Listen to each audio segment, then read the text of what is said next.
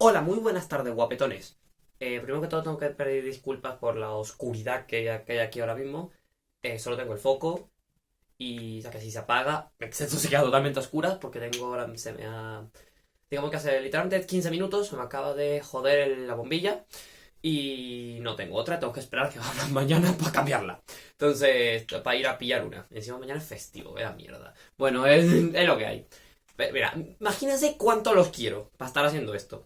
Ok, ¿qué vamos a ver hoy? Hoy vamos a ver varias un batiburrillo de cosas a la vez. Que es la serie de Fourier aplicadas a ecuaciones diferenciales en derivadas parciales y la transformada de Fourier a ecuaciones diferenciales en derivadas parciales. Y tú dirás, ¿cuál es la diferencia? Pues ya lo vas a ver. Calma, relájate y disfrútalo. Empecemos.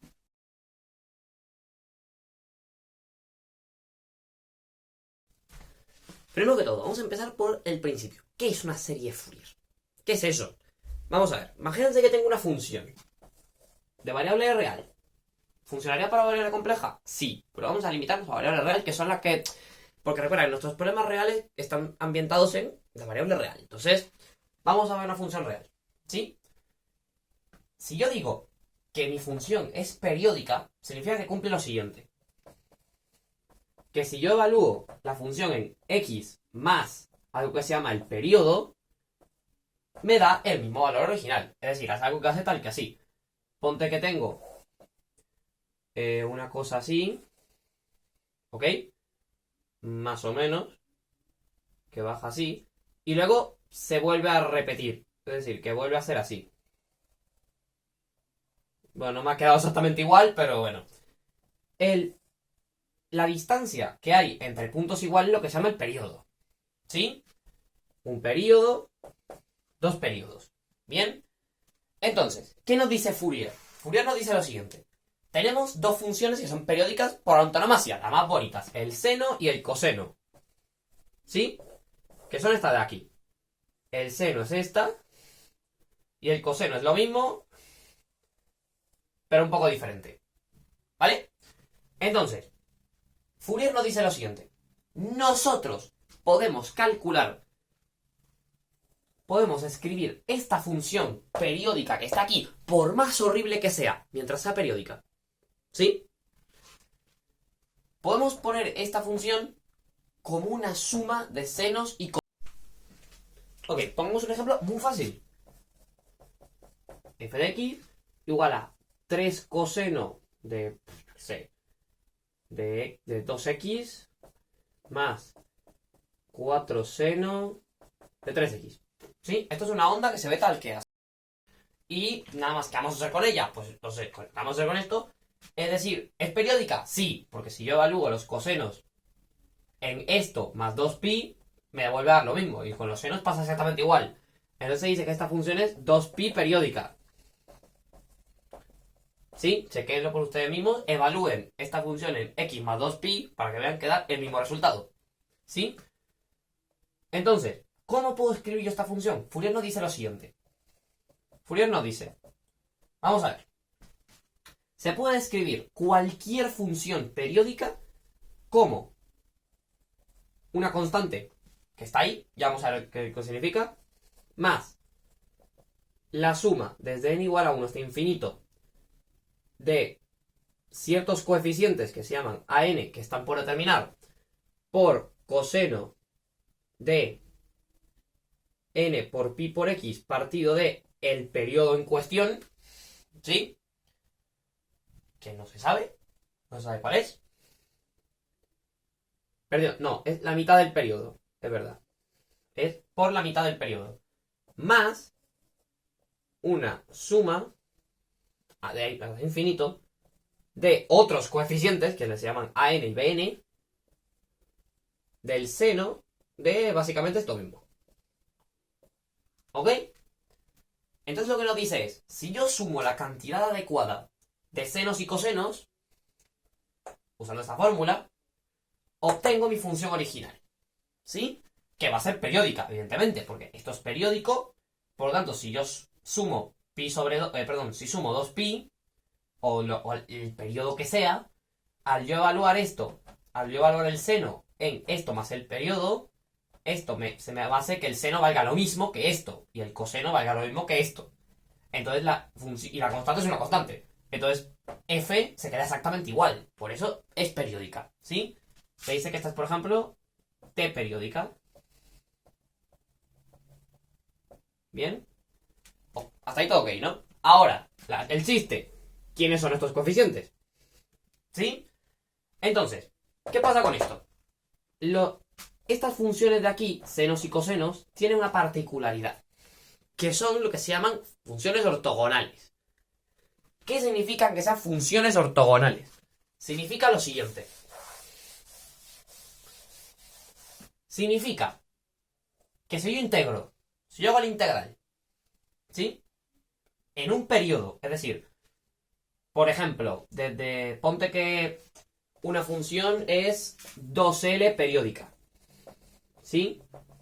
La típica del que va de 0 a L, donde L suele ser la longitud de algo, ¿sí? Entonces si integro desde menos L hasta L, o sea, en un periodo, porque la distancia entre menos L y L es 2L, ¿sí? De menos L a 0 es 1L y de 0 a L es otra L. Si integro el seno de una de estas, en este caso vamos a poner L solamente, porque es 2L periódica, entonces la mitad del periodo es L. Si yo tomo una con un número n y otra con un número m, o sea que son diferentes, donde n es distinto de m, este integral siempre va a dar 0. ¿Sí? La única vez donde no va a dar 0 es cuando m y n sean iguales. En cuyo caso tendría la integral de menos L a L del seno cuadrado de n pi por x partido L. ¿Sí? Que esto, bueno, esto se puede hacer y da L sobre 2. ¿Bien? Se hace usando lo del seno el coseno del ángulo doble, 1 menos coseno de 2 veces esto, el partido 2, evaluando en esto, me da esto. ¿Sí? Hasta aquí todo brutal, ¿no? Entonces me da L medios. Entonces, ¿cómo voy a usar esto a mi favor en la serie grande? Ah, por cierto, con los cosenos pasa exactamente lo mismo. ¿Cómo voy a yo hacer esto? Pongamos que tenemos esto. F de x. Bueno, voy a quitar este ejemplo. Ponemos que tenemos esto. F de x puede ser escrita como a sub 0 más n igual a 1 a n coseno de n pi x partido L. Ahora vamos a suponer que todo es 2L periódico. Más sumatorio de n igual a 1 hasta infinito de bn seno de n pi por x partido L. Sí, pues me quedo acabado un poco el espacio. Es que estoy aprovechando donde está la luz solamente. ¿Sí? ¿Cómo determinamos estos coeficientes? Usando la ortogonalidad. Vamos a usar a nuestro favor lo que vamos a llamar el producto escalar, que es hacer la integral que acabamos de hacer. Integrar cada función seno-coseno con la misma, pero con un diferente índice. En vez de poner n, ponemos m, por ejemplo. Entonces, lo que vamos a hacer es lo siguiente. Vamos a multiplicar ambos lados por el seno, por ejemplo, de m pi por x partido L. Por ejemplo. ¿Sí? ¿Qué nos queda? Sí, voy a multiplicar este lado. Seno de m pi por x partido L. Lo voy a poner aquí arriba para que no me estorbe. De este lado voy a hacer la integral de menos L hasta L, como hemos hecho hasta ahora. ¿Sí? Tal cual. De menos L hasta L. Esta integral va a ser lo que valga. ¿Sí? Ahora, integral del seno por esto en un periodo. El seno, si integro en un periodo, va a valer 0 en ambas partes del periodo. Entonces, esto se me va a cancelar. ¿Sí? Aquí, si yo hago la integral del seno de de esto que está aquí, por el coseno de esto que está aquí, pueden comprobarlo ustedes mismos en esto, también me da 0. Entonces, para todos los términos de esta suma, recuerda, la integral de la suma es suma integral, entonces puedo meter la integral dentro. Todo esto va a valer 0. Y ahora la parte interesante es la última. ¿Qué pasa cuando yo hago esto? De n igual a 1 hasta infinito, de bn es una constante, por lo tanto puedo sacarlo del integral, menos L hasta L, del seno de n pi x partido L, por esta cosa que estoy multiplicando, m pi x partido L, ¿sí? ¿Qué pasa con esto? Esto va a ser 0 si m es distinto de n. Y ya vimos que va a ser L sobre 2 si m es igual a n. ¿Qué gano con esto? Me quito la suma infinita. ¿Por qué? Porque imagínate que el m es un número fijo. N va a ir contando de 1 hasta infinito. Sí, entonces va a empezar n igual a 1. Ponte que, por ejemplo, m vale 7. Vamos a poner un ejemplo. Puedo usar el que quiera. M igual a 7. N igual a 1. Hace la integral seno de 1x por seno de 7x. Me da 0. ¡Peng! Adiós. Luego, n igual a 2. 2x, 7x, 0. 3x, 7x, 0. 4x, 7x, 0. 5x, 7x, 0. 6x, 7x, 0. 7x, 7x no da 0. Esa es la diferente. Esa es la que da L medios. Y luego, si sigo adelante, todas las demás van a ir dando 0. Entonces esto sencillamente, hacer esta cuenta, ¿qué me va a dar? Me va a dar el número, por ejemplo, BM por L medios, que va a ser el resultado de hacer esta integral. ¿Sí? Entonces, ¿qué gano? Cuando yo hago esta cuenta, A sub 0 vuela, por lo que hemos dicho antes, esto también, ¿sí? Hago esta integral, que da lo que tenga que dar, y esto es BM por L medios, ¿sí? Muevo esto multiplicando para el otro lado, y me queda esta maravilla. Uy, perdón, esto no es L medio, esto es L. Sí. ¿Vale? Entonces me queda 1 partido por L por la integral en cuestión, esta de aquí.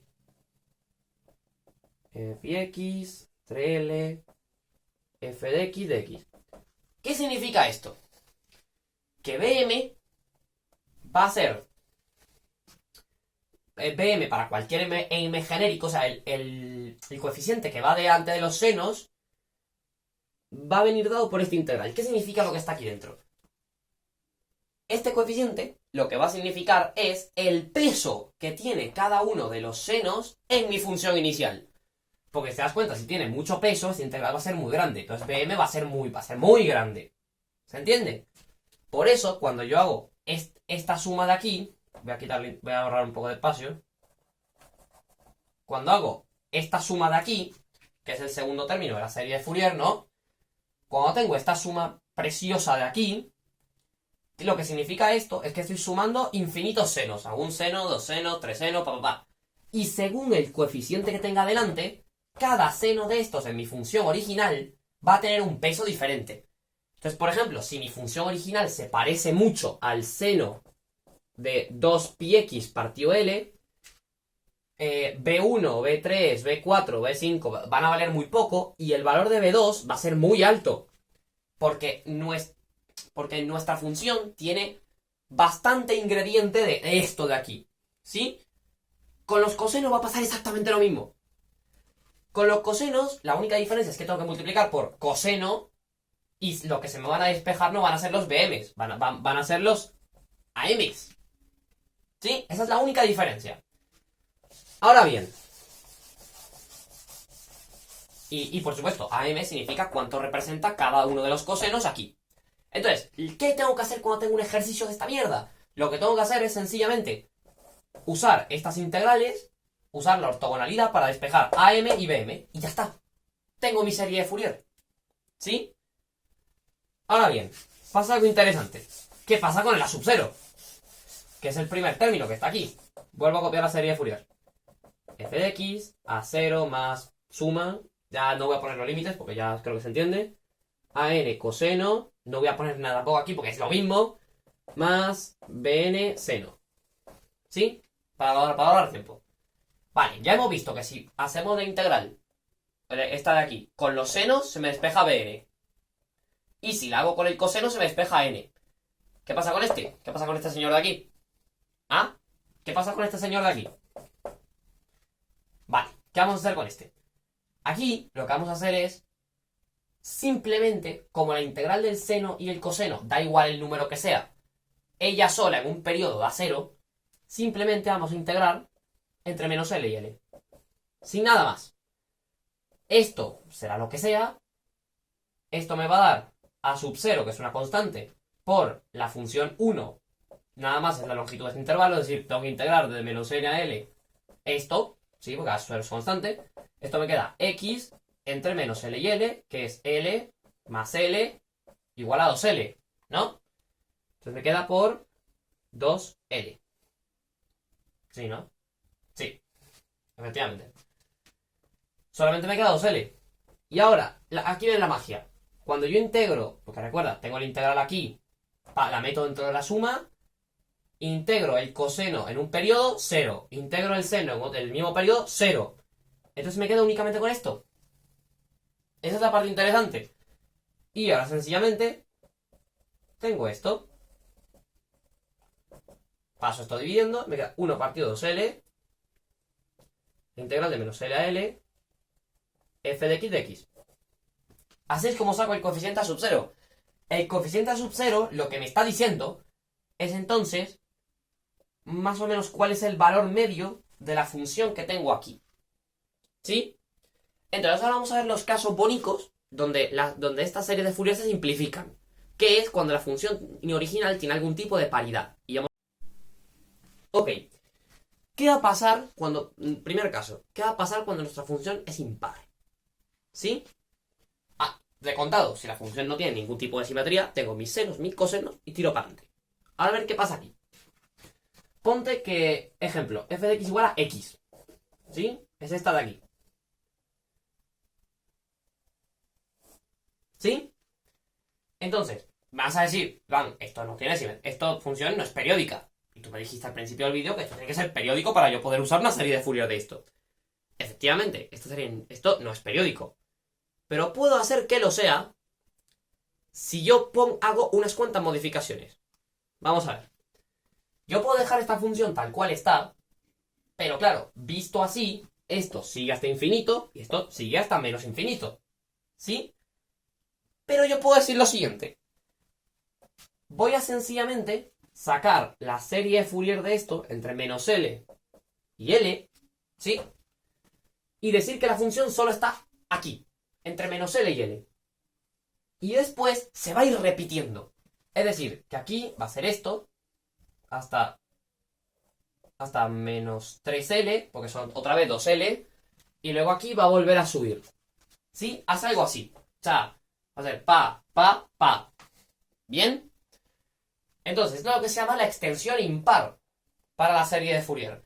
Es una función que ahora es periódica, porque si yo a esto le sumo 2L, que es el periodo, me voy aquí y la función vale lo mismo. Estoy aquí en menos 2L y me voy al 0 y la función vale lo mismo. ¿Sí? Entonces, ¿por qué digo que se simplifica la serie de Fourier? Por lo siguiente. F de x igual a A sub 0 más AN cosenos más BN senos. ¿Sí? ¿Qué ocurre con esto? Vamos a ver. Cuando yo quiero sacar los coeficientes, hacemos las integrales estas que estábamos haciendo hasta ahora. ¿Sí? ¿Qué pasa? Nuestra función es impar. Y vamos a integrar en un intervalo simétrico. ¿Sí? Entre L y menos L. Tengo un vídeo hablando de esto. De por qué las funciones impares tienen estas propiedades bonitas. ¿Sí? Vamos a integrar todo esto. Para hallar los coeficientes, como acabamos de hacer. Menos LL, menos LL. ¿Sí? Y cuando integremos, tenemos que meter nuestra función. Es decir, AN es 1 partido por L, de menos L a L, de X, que es nuestra función inicial, por los cosenos. Coseno de N pi X partido L. ¿Sí? Vamos a hacer esto. ¿Qué ocurre? El coseno es una función par, porque si evalúo en menos X, me da lo mismo. Y X es una función impar. Y una función impar por una función par es una función impar también. Comprueben ustedes mismos. Y si integro una función impar en un intervalo cerrado, esto da 0. No importa el valor de n que tenga. ¿Y qué va a pasar con Bn? Pues lo contrario. Con Bn lo que nos va a pasar es que tenemos esto. X seno de n pi x partido L. ¿Sí? Esto sí que va a ser diferente. Porque ahora, ¿cómo se nos va a simplificar esto? Porque ahora esta es impar, esta también. Es decir, que el producto de las dos es par. Y como tengo una par en un intervalo puedo poner que esto es 2 veces la integral de 0 hasta L. Guárdense esto, que esto es lo que va a servir para las ecuaciones diferenciales. X seno. ¿Sí? Sencillamente me voy a limitar a hacer esto. Entonces, significa que esto no va a existir, porque va a 0. Con A0 va a dar exactamente lo mismo, porque va a ser A sub 0 por X, y X es una función impar en un intervalo simétrico. Entonces se nos queda lo que se llama la serie de Fourier de senos, que es esta de aquí. ¿Sí?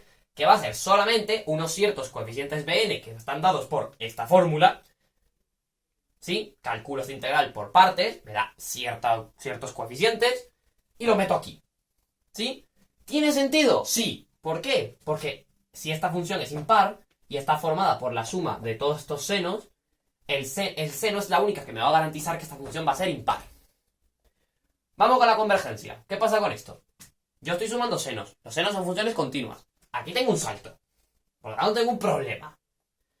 Mi serie de Fourier va a ir sumando cosas, así, más o menos. Me hice un programa muy bonito que lo explica más o menos.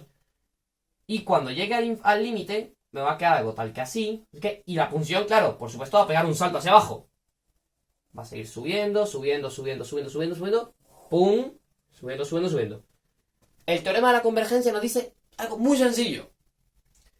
Si la función es continua en un punto, la función es continua, o sea que puedo dibujarla así, entera, la serie de Fourier, esta, converge exactamente al punto. Pero, si la función es discontinua, como por ejemplo pasa en el punto x igual a L, que es aquí, el límite por la izquierda vale, por ejemplo, L, porque es igual a X, y aquí vale menos L. Lo que significa, el teorema nos dice que la serie de Fourier, si tengo un salto, va a converger al punto medio de estos dos. En este caso el 0. Entonces, si yo evalúo la pedazo serie de Fourier esta, el x igual a 0, va a converger a 0. Lo comprobamos fácilmente. Da igual lo que valga Bn. Seno de 0 es 0. Y la suma de puros ceros es 0. La función no vale ni... La función aquí, la función original, en x igual a L, vale o L o menos L. Pero 0 no. Pero la serie va a converger a 0. ¿Por qué? Porque tengo una discontinuidad. El procedimiento es exactamente análogo cuando quiero considerar... El procedimiento va a ser exactamente el mismo cuando quiero considerar las funciones pares, como por ejemplo la extensión analítica, la extensión par de esta función, que es el valor absoluto. Porque hago esto y esto se me viene para acá. Aquí tengo L, aquí tengo menos L. Entonces esto se va a ir repitiendo todo el rato. Pim, pim. Pim, pim, pim. Y así. ¿Sí? Pero bueno, el que me interesa es este pedazo. Lo demás es a lo que va a converger la serie de Fourier. La serie de Fourier va a converger a este bicho. Pero a mí solo me interesa esta parte, que es donde esto coincide con valor absoluto de X. ¿Qué va a pasar ahora? Que f de X va a tener a sub 0, va a ser lo que sea, más sumatorio de an cosenos, más bn senos, lo que sea. ¿Qué pasa? Ahora, como esta es par, porque si esta la evalúo menos x, el valor absoluto me cambia el signo. Si esta es par, esta integral es todas estas integrales son las que van a dar 0, y estas no van a dar 0. Y lo que van a hacer es que se van a multiplicar por 2. Es decir, los ANs ahora van a ser 2 partido por L, o sea, 2 veces lo que la fórmula que teníamos antes, de 0 hasta L, de el valor absoluto de X, pero como lo estoy poniendo solamente en el lado positivo, puedo poner X. Justamente porque tendría que ser de menos L hasta L del valor absoluto, pero como sé que es par, el resultado que está aquí, entonces puedo sencillamente poner de 0 hasta L de lo positivo. Y ya está. Insisto, esto lo explico más a fondo en el vídeo que tengo de esto. De X por los cosenos. De N pi por X partido de L. ¿Sí? Es esto. Sencillamente los coeficientes van a ser esto. Y con A sub 0 va a pasar más o menos lo mismo. Va a ser 2 partido por L entre 0 y L de X de X. ¿Sí? No voy a perder tiempo calculando esto. Esta se hace por parte y esta es directa. ¿Bien? Entonces, estas son las series de Fourier. ¿Para qué nos sirve esto? Vamos a verla ahora, por ejemplo, en uno de los mayores ejemplos de ecuaciones diferenciales, que es la ecuación del calor. Donde va a salir esto, la ecuación del calor con bordes finitos. Ok, este ejemplo que vamos a poner va a ser muy sencillito, pero el procedimiento es exactamente igual para todos los casos. La cosa es que se puede poner la ecuación más complicada o más simple. Depende de lo que haya. ¿Sí? Puede haber distintos parámetros, puedes tener ecuaciones de segundo orden, de primer orden, de lo que tú quieras. Pero vamos a considerar la ecuación más facilita para lo que queremos hacer. El procedimiento es análogo. Tenemos la ecuación del calor, que es esta de aquí. Y la vamos a considerar en una vara que decimos que es unidimensional, o sea, ignoramos la parte esta. Sí, la vamos a ignorar completamente. Y sencillamente vamos a decir que en 0 y L, que L es la longitud de la esta, en 0 y L tenemos la temperatura a una misma... Tenemos fija una temperatura. O sea que por alguna razón esto se está fijo siempre igual. ¿Sí? Se suele decir esto cuando afuera tengo, por ejemplo, el aire, que es o el agua o algo así, que algo que no va a variar mucho su temperatura porque esto le transfiere calor. Entonces se suele decir que esto está a la misma temperatura siempre. ¿Por qué 0? Primero, porque nos simplifica los cálculos, y segundo, porque yo la escala la puedo mover como yo quiera. Es decir, si tengo aquí la ajustada la temperatura en 50, a ambos lados, puedo decir que esto es 0, y ya al resultado final le sumo 50. ¿Se entiende? Es como hago con los grados Kelvin y los grados centígrados. Digo que 0 grados Kelvin, 0 grados centígrados son 273 Kelvin. Si quiero pasar de uno a otro, sencillamente muevo el 0 para el otro lado y sumo 273. Aquí va a pasar algo bastante similar. Entonces, esto de aquí es la clave de este problema. Es lo que se llama las condiciones de contorno. Me dicen que para cualquier tiempo, ¿sí? En el punto 0 y en el punto L, la temperatura es 0. La tengo fija ahí siempre, en el tiempo. ¿Sí? Bueno, descontado. T es la función que me dice la temperatura en cualquier punto X de esta cosa. ¿Sí? Y la ecuación del calor nos dice que la derivada temporal de la función T es igual a la segunda derivada sobre el espacio. O sea, la variación en el tiempo es exactamente igual a la segunda variación en el espacio. ¿Sí? No voy a ahondar en por qué esto es así, porque lo aceptamos y punto. ¿Vale? ¿Qué vamos a hacer? Tenemos un último dato. ¿Qué es esto? Esto es la condición inicial, es decir, cómo está distribuida la temperatura al principio. Cuando tengo el tiempo 0, porque t es una función del espacio y el tiempo, en tiempo 0 tengo una distribución en x, la que sea, puede ser seno de x, coseno de x al cuadrado, lo que yo quiera, mientras satisfagan mis condiciones de contorno. O sea, que aquí sea 0 y aquí también. ¿Bien? Entonces, ¿aquí qué se suele usar aquí? Lo que se llama el método de separación de variables.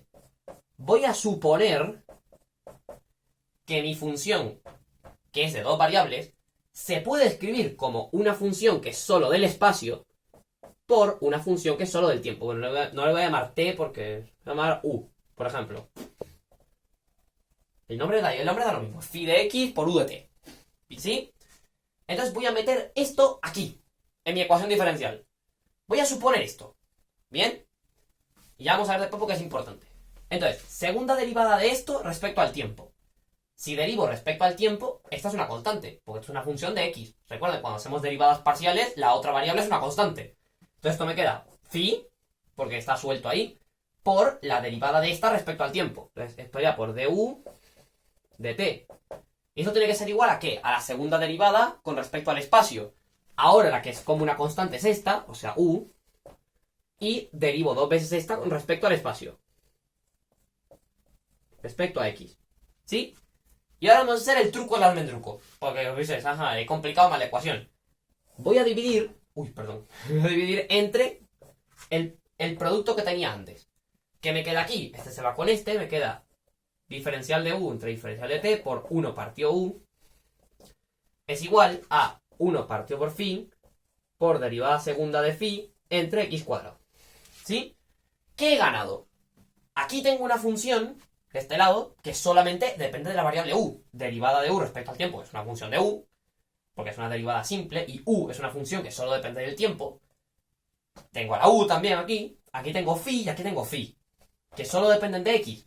¿Y cuál es la única forma de que para todo x y para todo t estas dos funciones sean iguales? Pues que sean iguales a una constante. Porque si no, si fuesen funciones de x o funciones de t, si yo aquí cambio x, t no está cambiando, entonces la igualdad se rompe. La única forma de que yo pueda cambiar x y cambiar t indiscriminadamente y la igualdad siga siendo cierta es que yo le llame a esto una constante. ¿Por qué menos lambda y no lambda positivo? Ya vamos a ver el menos. El menos se pone por conveniencia, porque después no va a salir. O sea, yo ya sé lo que va a dar esto, entonces tiene sentido, ¿vale? Voy a borrar aquí y vamos a empezar por la ecuación más fácil. Entonces, ¿qué he hecho? ¿Qué he logrado con esto? Romper la ecuación diferencial en dos ecuaciones ordinarias, ¿sí?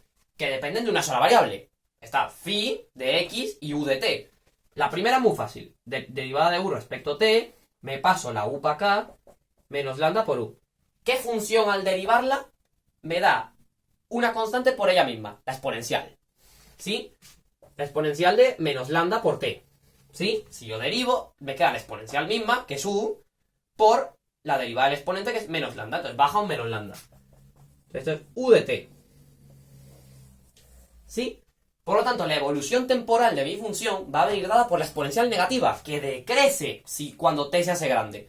¿Tiene sentido? Sí. Nuestra experiencia diaria nos dice que si yo esto lo dejo un tiempo, la temperatura tiende a equilibrarse a algo. No tiende a explotar a ningún número en particular. Entonces ya tengo la fase temporal. Ahora me quedaría el problema de la fase espacial. Aquí es donde está lo interesante. Porque tengo esto. Derivada segunda de phi respecto al espacio es igual a menos lambda por la propia función, ¿sí? Voy a borrar esto.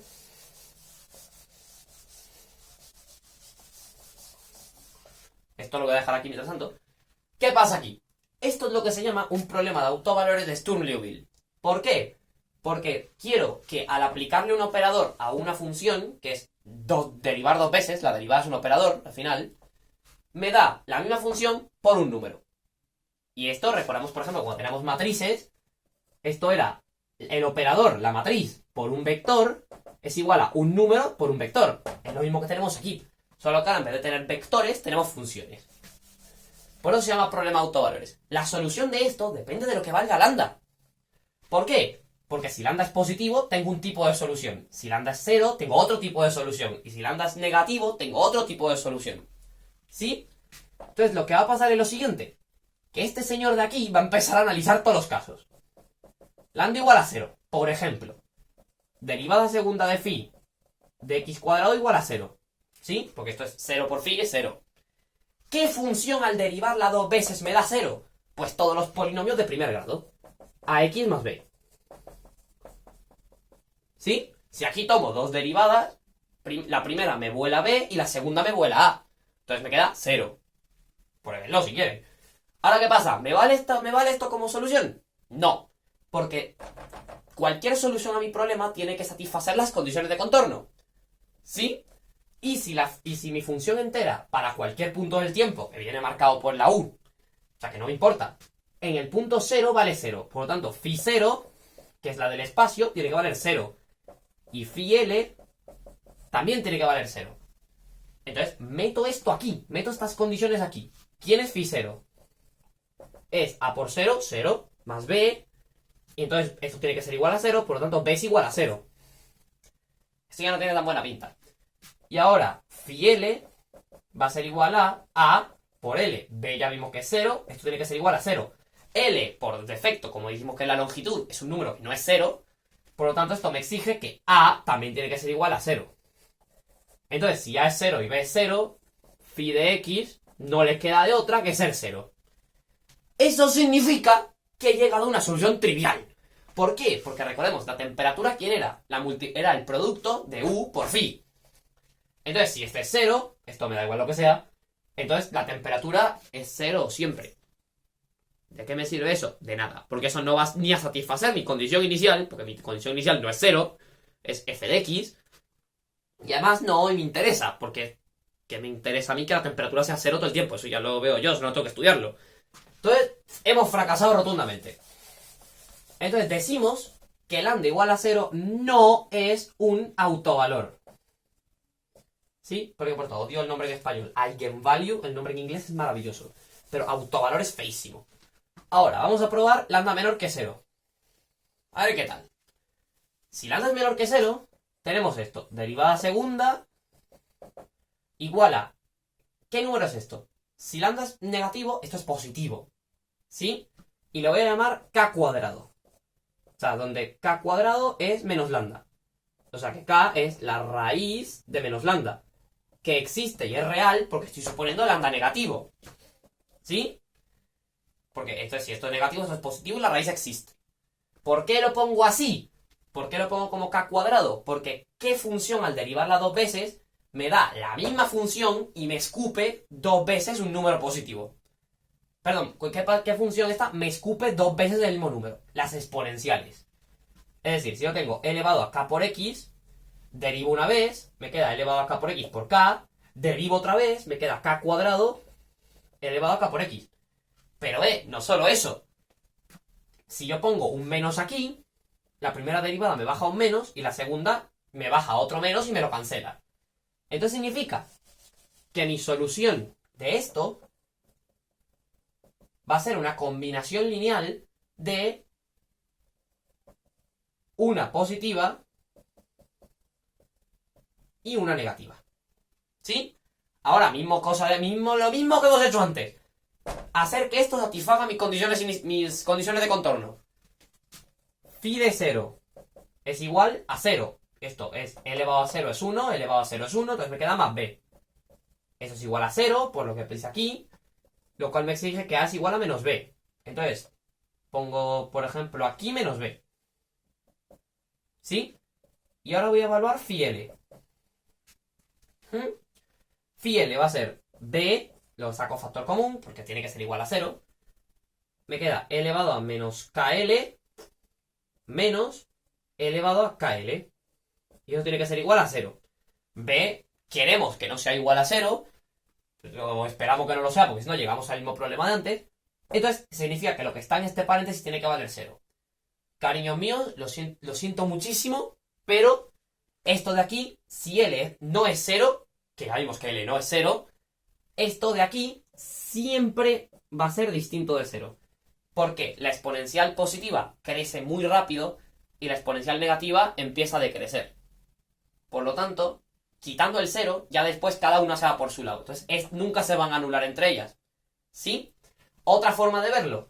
Poner una combinación lineal de e elevado a más algo menos e elevado a menos algo es lo mismo que poner las funciones seno hiperbólico y coseno hiperbólico. Podría haber hecho esto. Poner que la solución esta, en vez de poner exponenciales, es a por seno hiperbólico más b por coseno hiperbólico. De k por x también. Y igual que el seno y el coseno hiperbólico es 1 en 0 y el seno hiperbólico es 0 en 0. Podría haber hecho lo mismo y llegar al mismo resultado. Entonces tenemos el mismo problema. A igual a 0 y b igual a 0 y a, por lo tanto, a igual a 0. Solución trivial, no me interesa. Entonces, lambda negativo tampoco es un autovalor. No autovalor. Ya estamos terminando casi, ¿eh? Probamos el último. Lambda mayor que 0. Nos queda derivada segunda, que es cuadrado. Ahora que me queda aquí un número negativo, porque lambda es positivo, entonces esto es negativo. Entonces le voy a llamar menos k cuadrado, por lo mismo que he hecho antes. Ahora, ¿qué función me baja dos veces el k, pero ahora se me cambia de signo? El seno y el coseno. O sea, primero voy a poner la respuesta así como de la nada, y luego explico. A seno de k por x más b coseno de k por x. ¿Sí? ¿Por qué? Cuando derivo dos veces, esto me queda menos coseno, sale una k, por la regla de la cadena, y luego me va a quedar, derivo otra vez, menos seno, me sale una k. Se me ha cambiado de signo la función original y me ha sacado dos k's. Ah, k es igual a la raíz de lambda. Porque, por lo que acabamos de decir. Porque esto sería menos lambda. Entonces me queda menos k cuadrado. Y con el coseno pasa lo mismo. Me queda menos seno, menos coseno y me escapan dos k's. Entonces, puedo probar esta solución. Phi de 0, el seno de 0 siempre es 0, y el coseno de 0 es 1, entonces me queda b. Entonces esto me fuerza b igual a 0, y parece que vamos por mal camino. Pero resulta que no, por lo siguiente. Este caso es el único que me va a dar una solución no trivial, porque al evaluar en L, me queda a por el seno de k por L. ¿Qué ocurre? A esto tiene que ser igual a 0, porque la condición así me lo dice. Entonces, lo que está pasando aquí es que queremos que no sea 0, porque si no podemos sacar en lo mismo y estamos jodidos. Pero el seno, como es una función periódica así, me hace que esto de aquí, si esto es igual a un número entero de pi, entonces esto va a ser 0. Y ya puede ser distinto de 0. Entonces, la condición es esta. K por L, lo que está aquí dentro, tiene que ser igual a n por pi. Donde n, en principio, es un número entero. Pero vamos a ver. N, en principio, puede ser menos 8, 47, 37, menos 22. Lo que quiera. Ahora, ¿quién es K? K es la raíz de lambda. Esto es positivo. La raíz de lambda es positivo. Porque lambda es positivo. Y lo que sale en la raíz es positivo. Entonces, si K es positivo, L también, pi es un número positivo, entonces N también tiene que serlo. Entonces, N es un número que va desde 1. ¿Por qué no va desde 0? Me dirás tú. Vamos a analizar. N, ¿por qué no es 0? Si N fuese 0, significa que K también lo es. Entonces, lo que significa, si K es 0, lambda también es 0. Y ya vimos que lambda 0 no es un autovalor, porque lambda igual a 0 me llevaría al primer caso que vimos, que no funciona.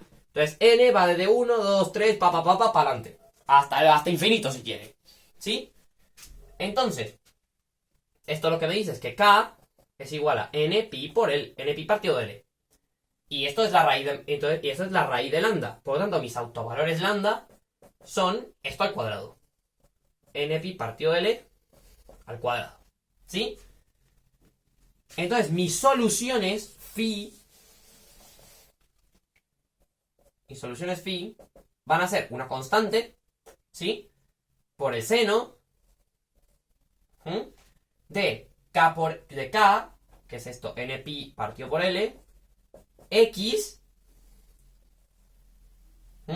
porque era lo que teníamos antes, seno de K por X, y K, vimos que es esto, con sus respectivos autovalores estos, donde n va de 1, 2, 3, Ok, entonces ahora coleccionamos nuestra solución total. ¿Sí? T de T es exactamente igual a esto.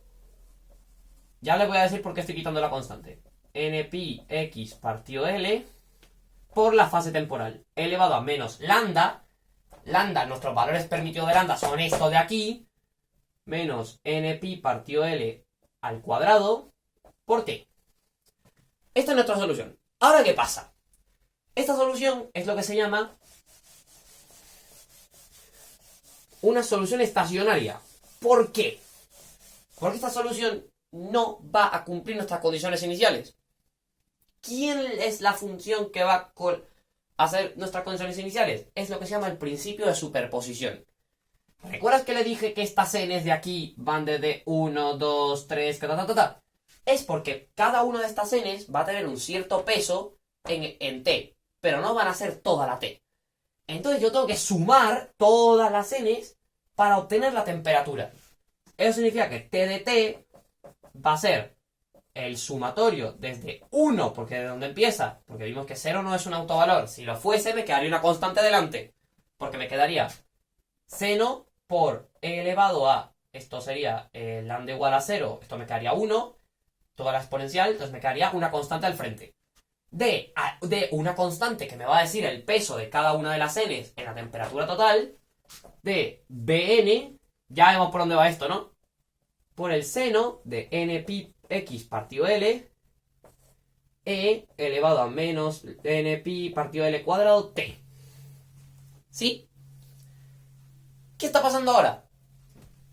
Esto es perfectamente reconocible. Ahora digo, me queda una sola cosa por satisfacer, que es la condición inicial. ¿Te acuerdas que dije, tengo una distribución en X como temperatura inicial? O sea, de X0. Sí, ¿no? Ahora inserto esto aquí. ¿Quién es? Uy, perdón, esto sería xt. ¿Quién es t de x0? Pues pongo t igual a 0. El sumatorio de n igual a 1 de bn por el seno, que está ahí tan tranquilo de la vida. Y si pongo t igual a 0, esto me queda 1. Entonces me queda solo esto. ¿Sí? Y dijimos, la condición inicial es una función de x cualquiera. ¿Pero qué es esto? Esto es la serie de Fourier de senos de nuestra función f. Es decir, de la extensión impar de f, que me importa una mierda lo que sea, porque solo estoy en el lado positivo. Es decir, esto sí puede hacer así si quiere, porque recuerda, tiene que cumplir las condiciones de contorno. De esto después puede hacer así, si quiere. Me da igual. O puede ser un pico así, me da igual. El punto es que cumple mis condiciones de contorno, que en 0 vale 0 y en L vale 0. Como podemos comprobar, porque f de x, si pongo x igual a 0, esto vale 0, y si pongo x igual a L, esto se me cancela con esto, y el seno de npi es 0, para todo n. Entonces, esto de aquí, sabrosón, me queda la serie de Fourier de esto. Y ya vimos cómo se calculaban los coeficientes, ¿no? Esto me quedaba 2 partido por L, porque recuerda, la serie de senos es la que se aprovechaba de la extensión impar. Entonces, me quedaba 2 veces la integral de 0 hasta L de mi función inicial por el seno de n pi x partido L de x. ¿Sí? Bueno, antes había puesto m, puedo poner m si quiero, pero al final es una cuestión de las letritas que pongo aquí. ¿Sí? Cualquier elemento n va a ser esto. Entonces, si conozco la función inicial, que satisface mis condiciones de contorno, por supuesto, porque si no es una tontería el problema, puedo sacar los coeficientes, meterlos aquí, y esto me va a decir y esto me lo meto aquí arriba, y esto me va a decir la evolución temporal de la temperatura. Que en este caso, como tengo la temperatura fijada a ambos lados, bueno, esto es un ejemplo que he puesto aquí, tengo la temperatura fijada a ambos lados, no tengo fuentes internas, porque si no en la ecuación me lo diría, la ecuación tendría otro término distinto, que podemos hablar de eso. Como nada más tengo la temperatura que tengo ahí, por ejemplo, distribución inicial, esta, ¿qué es lo que yo espero? Que como tengo esto fijado de los dos lados, ¿sí? Tengo la temperatura aquí, el calor está entrando y saliendo para tener esto fijo, la temperatura va a ir decayendo cada vez más con el tiempo. ¿Por qué? Porque esta fase temporal está decayendo en el tiempo, entonces el valor de la suma va a ser cada vez menor. Hasta que la temperatura al final vale 0. Porque, por ejemplo, si tomo el límite cuando el tiempo tiende a infinito, o sea, cuando dejo pasar mucho rato, como estoy tomando el límite en t, esto me da igual, porque esto es un numerito de x, esto es un numerito solamente, esto es un número, esto es un seno que tiene solamente x, y el límite de esta vaina cuando t tiende a infinito es 0, porque es una exponencial que decae. Entonces al final toda la temperatura va a tender a 0. ¿Bien? Entonces esto es para lo que sirve la serie de Fourier en este tipo de problemas que están acotados. Si tuviese esto totalmente acotado, es decir, que dijera, aquí esto está totalmente cerrado, esto está cerrado. Entonces, ahora ya no, la temperatura no iría a tender a 0, porque no está saliendo y entrando para compensar, sino que si tengo una distribución inicial, la que sea, que ahora no tiene por qué valer 0 en las esquinas, sino que el flujo es el que vale 0, entonces ahora tengo una función así, por ejemplo, ¿sí? Tengo una función de este estilo. Entonces, lo que va a tender es a un valor constante. O sea, la temperatura se va a redistribuir dentro, sin salir y sin entrar, y va a tender a una constante. ¿Cómo vemos matemáticamente esto? Que ahora las condiciones no serían estas, sino que serían la derivada espacial, porque no hay flujo. Aquí ahí no hay intercambio de calor entre afuera y dentro. Entonces la derivada espacial valdría 0. Y si repito el mismo procedimiento que he hecho ahora, no me quedaría la serie de senos, sino la serie de cosenos. ¿Sí? Y me quedaría también... Uy, perdón, le voy a poner aquí. Si no me queda la serie de cosenos. Y además, hallaría que lambda igual a 0 sí que sería un autovalor, en este caso. ¿Sí? Entonces tendría la constante del frente. Eso sería n. Tendría la constante del frente. Que si te fijas, si ahora yo tomo el límite cuando t tiende a infinito, todo el sumatorio chorro que está aquí, gracias a esta exponencial, vale 0, y la temperatura tendería a sub 0. Y recordemos, ¿quién era la fórmula de a sub 0? Para la serie de cosenos es 2 partido por L de 0 a L de f de x de x. ¿Sí? Esto está muy ligado, por no decir que es casi igual, a la temperatura media de mi condición inicial. Es decir, que si tengo una temperatura de distribución tal que haga así, al final esto va a tender a un estado que se llama estacionario, es decir, un estado que ya no cambia con el tiempo.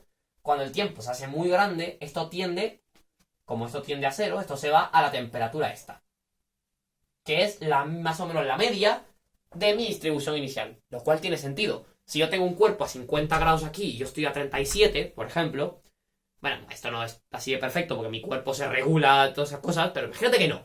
Tengo dos cuerpos, un vaso, un cubo de hielo y la mesa. La mesa está a 33 grados y el cubo de hielo está a 2 grados, por ejemplo. La temperatura final va a tender a 33 menos 2. Entre 2, que es 15,5 grados. ¿Sí? Pero bueno, eso no es así de simple. Pero si no, lo fuese, porque ya estamos considerando muchas suposiciones. ¿Ok? Para esto que sirve la serie de Fourier en este tipo de problemas. Entonces recordemos cuál es la receta. Separamos variables si se puede. Si el problema no te lo permite, tienes que hallar primero el estado estacionario, es decir, hacer que la derivada temporal valga 0, resolver la ecuación que te queda, y ya sabes que la temperatura al final va a depender de esto. ¿Sí? Y luego tendrías que sacar la diferencia, o sea, una nueva función T', que sea la diferencia entre la temperatura real y el estado estacionario, que ya lo conoces. ¿Sí?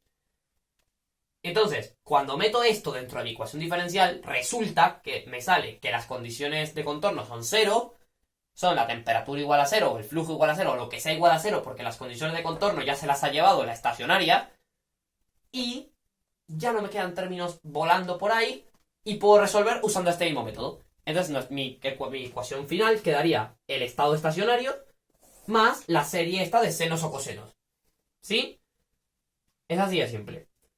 ¿Por qué? Porque cuando tengo el límite cuando tiende a infinito, la serie de los senos y cosenos se va, tiende a 0, y tendería yo al estado estacionario, que es lo lógico. En este caso el estado estacionario me ha salido solo, pero a veces no sale solo. Entonces habría que hacer cosas. Ahora vamos a ver otra cosa no tan diferente, pero más o menos igual.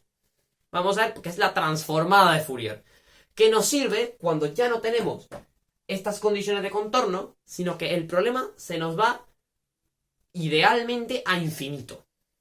Vamos a ver. Bueno, entre una cosa y la otra se me olvidó terminar de decir la receta. Primero, si puedo, separo las variables. Y si no, hago el estado estacionario para que la ecuación se me convierta en una de variables separables. ¿Sí? Donde mis condiciones sean homogéneas. Que significa que la función 0 las satisface. Eso es lo que significa que sea homogéneo. O sea, por ejemplo, como tenía ahora de que las paredes están a temperatura 0. O el flujo tiene temperatura 0. O lo que sea. ¿Sí? ¿Qué me llevo gracias a esta maravilla? Que puedo hallar una solución que es producto de una parte espacial y una parte temporal. ¿Sí? ¿Qué pasa con eso? Que lo que tengo que hacer ahora sería sencillamente separar las dos ecuaciones ordinarias que me quedan. La parte temporal tendrá su ecuación, la parte espacial tendrá su ecuación. Empezamos por resolver la parte espacial siempre, que es la que tiene las condiciones de contorno. Buscamos qué valores de esa constante de separación que teníamos antes, la menos lambda, fulana esta que estaba aquí, qué valores son admisibles para que me quede una solución no trivial, o sea, que me quede algo distinto de 0, que en este caso, por ejemplo, todos los lambdas naturales, o sea, todos los números naturales por pi partido L, no sé qué, al cuadrado. Entonces, hallamos esos valores. Hallamos las autofunciones, que son las que eran a por el seno de tal, y de las cuales le quito la constante porque la voy a agregar al final, que es el peso que va a tener cada una en mi condición inicial. Entonces, no me olvido de ellas. De las cosas, la meto al final. Luego hallo la fase temporal, que será lo que sea. A veces puede quedarte una ecuación de segundo grado, lo que tú quieras, pero te va a quedar algo. ¿Sí? Y usando ya los autovalores que has conseguido, que a lo mejor puede depender de algún parámetro o algo de eso, entonces tendrás que distinguir varios casos. Luego juntar las dos soluciones y hacer usar el principio de superposición. Si tengo un autovalor negativo, poner el autovalor negativo más todo lo demás. Si tengo un autovalor 0, poner el autovalor 0 más la autofunción 0 más todo lo demás. Y si solamente tengo el todo lo demás, que es lo que tenía ahora, pongo sencillamente el sumatorio de 1 hasta infinito de todo lo demás. ¿Sí? Por ejemplo, vamos a poner una cosa rápida. Ponte que me ha quedado un autovalor negativo igual a menos 2, por ejemplo, que resulta que menos 2 sí que es un autovalor, con autofunción seno hiperbólico de, yo qué sé, 2pi x partido L. Me ha quedado un autovalor 0 con autofunción x, por ejemplo. Y luego me han quedado todo lo demás, los n pi l al cuadrado, esto que tenías antes, con n igual a 1, 2, 3, 4, 2, 2, con las autofunciones seno de n pi x partido L. Ponte que en vez de tener... Ahora, antes tenía solo esto. Imagínate que ahora me ha quedado que cuando hago las cuentas y las cosas que me obliga la condición de contorno, me hallo con esto. Y la fase temporal la misma. La fase SE elevado a menos lambda por t. ¿Sí? Ponte. Entonces mi solución ahora no va a ser solo la suma. Mi solución va a ser ¿qué? Va a ser esto, seno hiperbólico de 2x partido L por su respectiva fase temporal, que sería lambda igual a menos 2, entonces sería elevado a 2t, más x por 0, que bueno, sería t igual a, lambda igual a 0 sería 1, entonces no pongo nada. Sería la exponencial, recuerda, e elevado a 0 es 1, más, ahora sí que pongo toda la suma chorra que tenía antes. Seno, elevado a menos n pi l cuadrado t. ¿Sí? Ahora sí que pongo todo lo que tenía antes. Y los bns los hallo de la misma forma. ¿Sí? Esta es la diferencia. Como ahora tengo un autovalor negativo, por ejemplo, esto me lo he inventado, esto no sé si se corresponde con un ejercicio real, pero ponte que tengo esto, ahora ¿qué pasa? Cuando t tiende a infinito, todo este pedazo que tenía antes se va a ir, esto no depende de t, así que se queda ahí tranquilo, pero esto me explota a infinito. Entonces lo que significa es que esto, si viene de un problema real, significa que le estoy inyectando calor y lo tengo cerrado por un lado, por ejemplo. Con lo cual la barra en cuestión aumenta su temperatura indiscriminadamente y estoy jodido. ¿Sí? Matemáticamente la temperatura tiende a infinito, físicamente reviento la barra. O la quemo, o la vuelvo líquido, o lo que yo quiera. ¿Sí? Entonces ahora sí que pasamos, como he prometido, a la transformada de Fourier. ¿Vale? Vamos a considerar exactamente el mismo problema, solo que ahora dt derivada segunda t respecto de x cuadrado con una condición inicial que es cierta función de x que yo quiera. Vale, ¿qué tenemos aquí? Pero ahora no tengo condiciones de contorno, es decir, la función de temperatura se va a extender de menos infinito a más infinito. Sí, es lo que se llama un problema de difusión, porque es un modelo que se usa para simular cuando la distancia es tan grande que es como si fuese infinito. La puedo aproximar por un infinito. Ahora vamos a usar recuerda, aquí las series de Fourier salían naturalmente. Ahora no puedo tener serie de Fourier porque ahora no voy a tener ningún problema de autovalores separando las variables porque no tengo condiciones de contorno. Entonces no puedo chequear si mis soluciones valen o no. Y ahora, como no tengo ninguna restricción, solo me va a quedar una solución. ¿Vale? ¿Qué va a pasar? Lo siguiente. Digo, aquí tengo que hacer algo. Porque no puedo separar variables. Entonces uso un nuevo instrumento que se llama la transformada de Fourier. Que vamos a ver que está muy ligada a la serie de Fourier. La transformada de Fourier se define como, por ejemplo, la transformada de Fourier, que se pone f de una función f minúscula, la que sea, que depende de x, va a ser una nueva función que se le suele llamar f gorrito, ¿sí? Porque viene de esta de aquí, que depende de una nueva variable llamada w, ¿sí?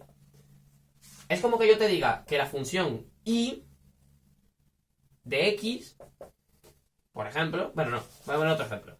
Esto es normal, es como si yo te dijese que a una función le aplico una transformación, ¿sí? A 3x le sumo 3w y le resto ella misma para que se me eliminen las x y me quede una función de w, ¿sí? Cuando ponga la expresión va a ser mucho más natural verlo. F gorrito de w se define como la integral desde menos infinito hasta infinito, que corresponde, si te das cuenta, con nuestro problema, porque es todo en la recta real, no tengo condiciones de contorno, de menos infinito a infinito, de la función f de x por esto. Nuestra amiga la exponencial compleja. ¿Sí? ¿Qué tenemos aquí? Tenemos lo siguiente. Si te fijas, esta w es una constante en la integral, porque estoy integrando con respecto a x. ¿Sí? Es decir, que cuando yo resuelva esta integral, no solamente me va a quedar un número, sino que me va a quedar una nueva función que va a depender de W. ¿Sí? Es como, por ejemplo, si yo te digo x cuadrado y diferencial de y entre 0 y 2, por ejemplo, entonces digo, perdón, diferencial de x, sí, tengo una y aquí suelta. La y, por ejemplo, en este caso me quedaría x cubo partido 3 y entre 0 y 2, me quedaría 8 tercios menos 0 y. ¿Sí? Integro con respecto a x y es como una constante, porque estoy integrando con respecto a x. Entonces, el resultado me va a quedar con... Me voy a arrastrar la y me va a quedar una función de y. Esto de aquí es una función de y. Entonces, lo que me queda es una función de w, que es este parámetro de aquí. Y esto es lo que se llama la transformada de Fourier. ¿Por qué digo yo que está relacionado con la serie de Fourier de cierta manera? Porque recordemos, ¿quién es esta exponencial compleja? La exponencial compleja, si nos acordamos de la identidad de Euler, sería el coseno de wx más y veces el seno de wx. Y con el seno y el coseno son con los que hemos trabajado en la serie de Fourier. O sea, representan oscilaciones de todos modos, solo que aquí están puestos de otra forma diferente. Están sumados en todos los posibles intervalos, no en una suma finita, por ejemplo, que antes tenía suma de n, suma de 1 a infinito. Ahora tengo una integral en toda la recta real, pero la filosofía detrás es la misma. Ahora, ¿qué es lo que pasa? Yo digo, ok, voy a aplicar la transformada de Fourier con respecto a la variable x, que es la que sé que se extiende en toda la recta real, porque el tiempo solo es positivo. Entonces tengo que usar la variable que se extienda en toda la recta real. ¿Sí? Entonces digo que, por ejemplo, U mayúscula va a ser la transformada de Fourier, ¿sí?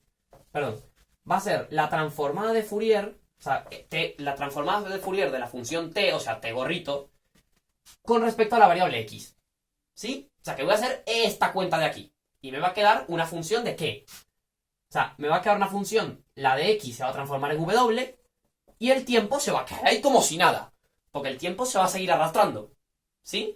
Porque recuerda que haríamos lo mismo de decir que estos tienen una parte temporal y una parte espacial. Entonces me queda una función de otras dos variables que son w y t. Bien.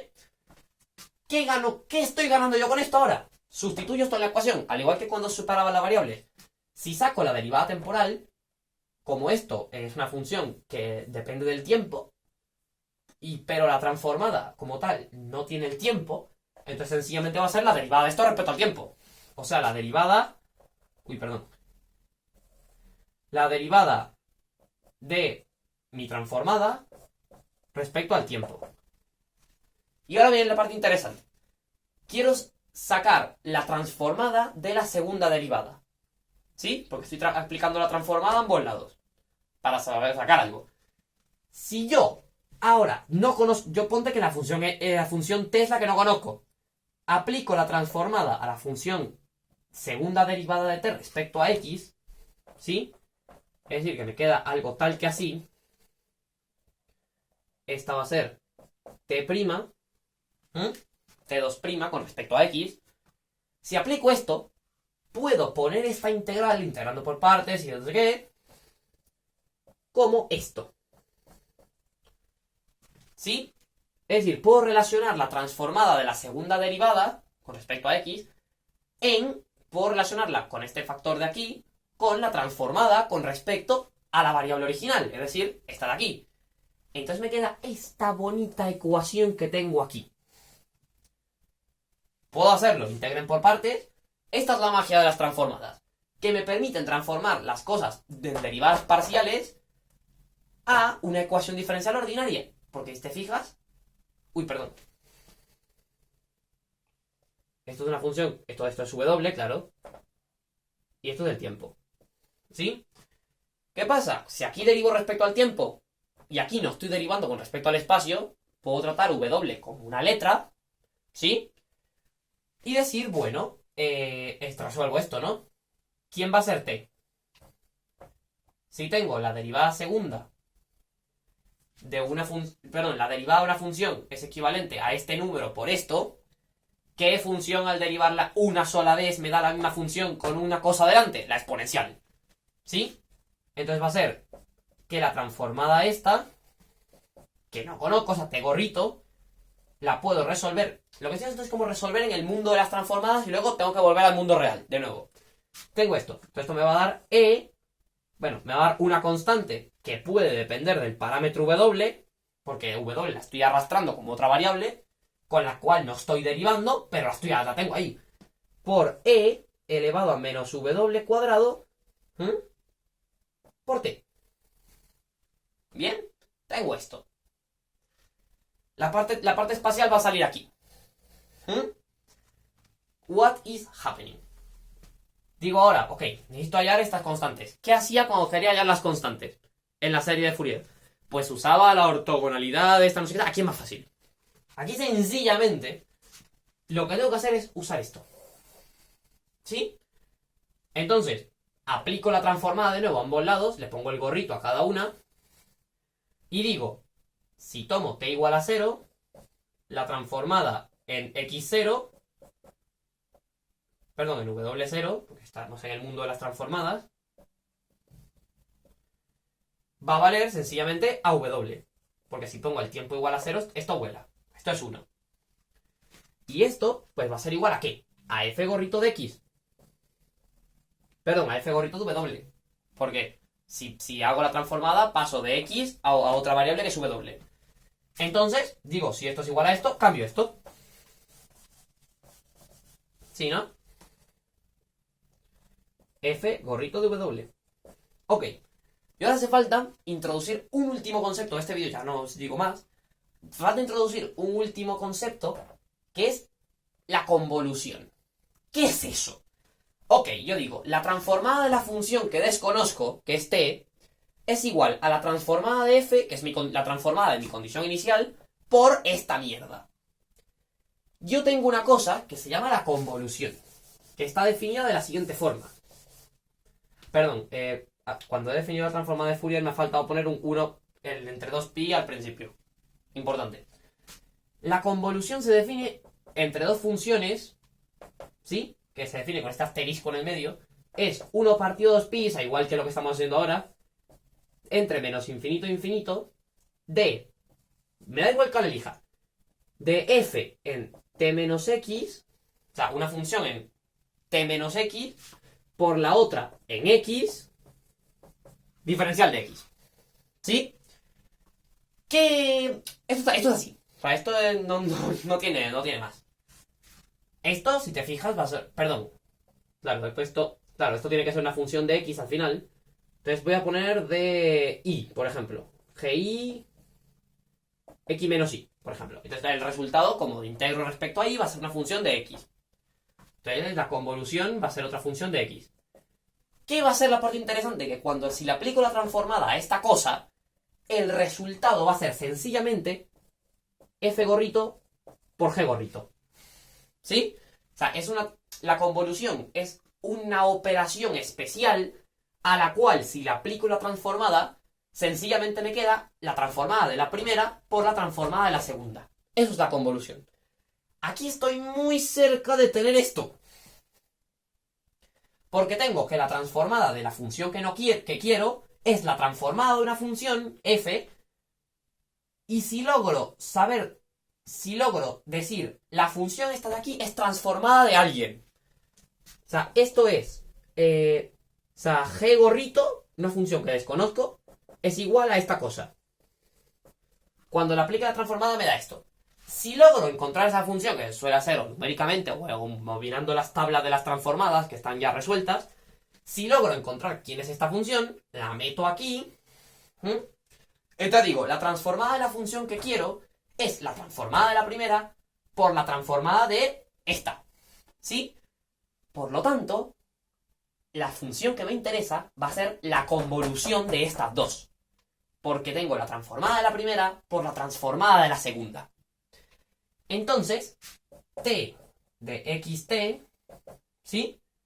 Va a ser la convolución de f y esta g, que es la función de la cual esta de aquí es transformada. Es decir, que al transformar g, me da esto. Eso lo miro en las tablas y ya está. Entonces va a ser la convolución de f y g. ¿Sí?